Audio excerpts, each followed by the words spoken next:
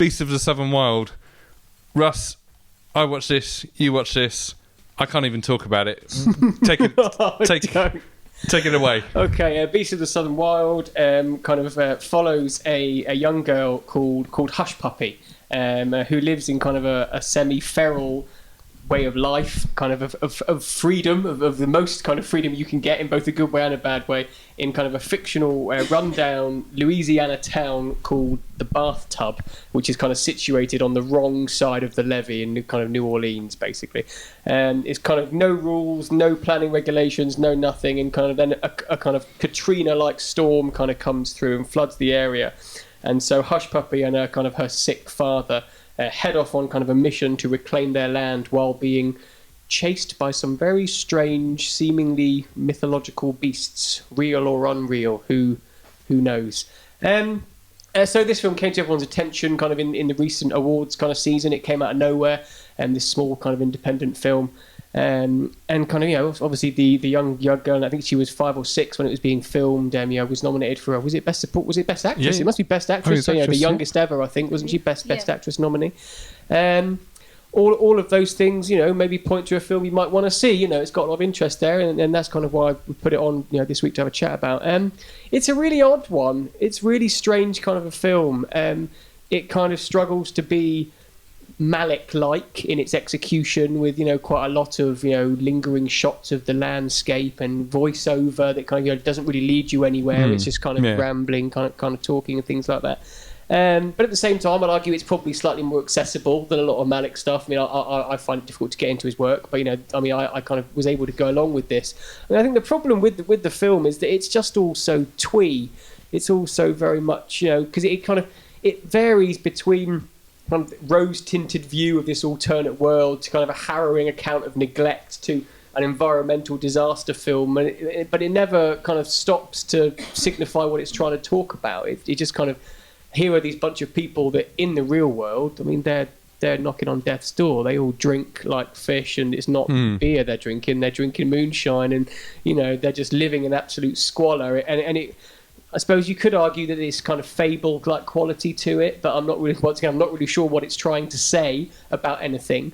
The performance is good. She's a good little actress. I think she comes across it and very well, and presents quite this young, strong, brought up by herself kind of attitude. But that doesn't necessarily save the film ultimately from not being particularly fulfilling. It's very muddled and a bit. It's one of those strange Oscar nominees that you're not quite sure why it's there compared to the films that weren't nominated for kind of, I think it might have even been nominated for Best Film at one point. I'm not really sure.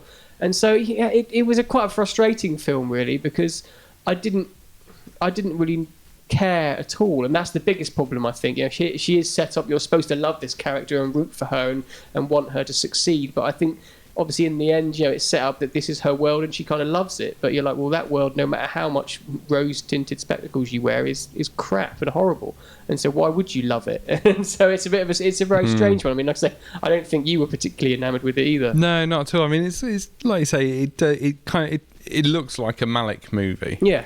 It sounds a bit like a Malick movie, but it's not, because I didn't find there was any real heart to the film. I didn't find there was any real sort of substance, whereas even something like Tree of Life, which I know Cine Guernsey did a screening of Tree of Life, and oh my word, I'm not sure if that went down at all well, because it's a very sort of obscure film in many ways, and I think people thought it a bit too avant-garde and so on, but there's something in Malick's films.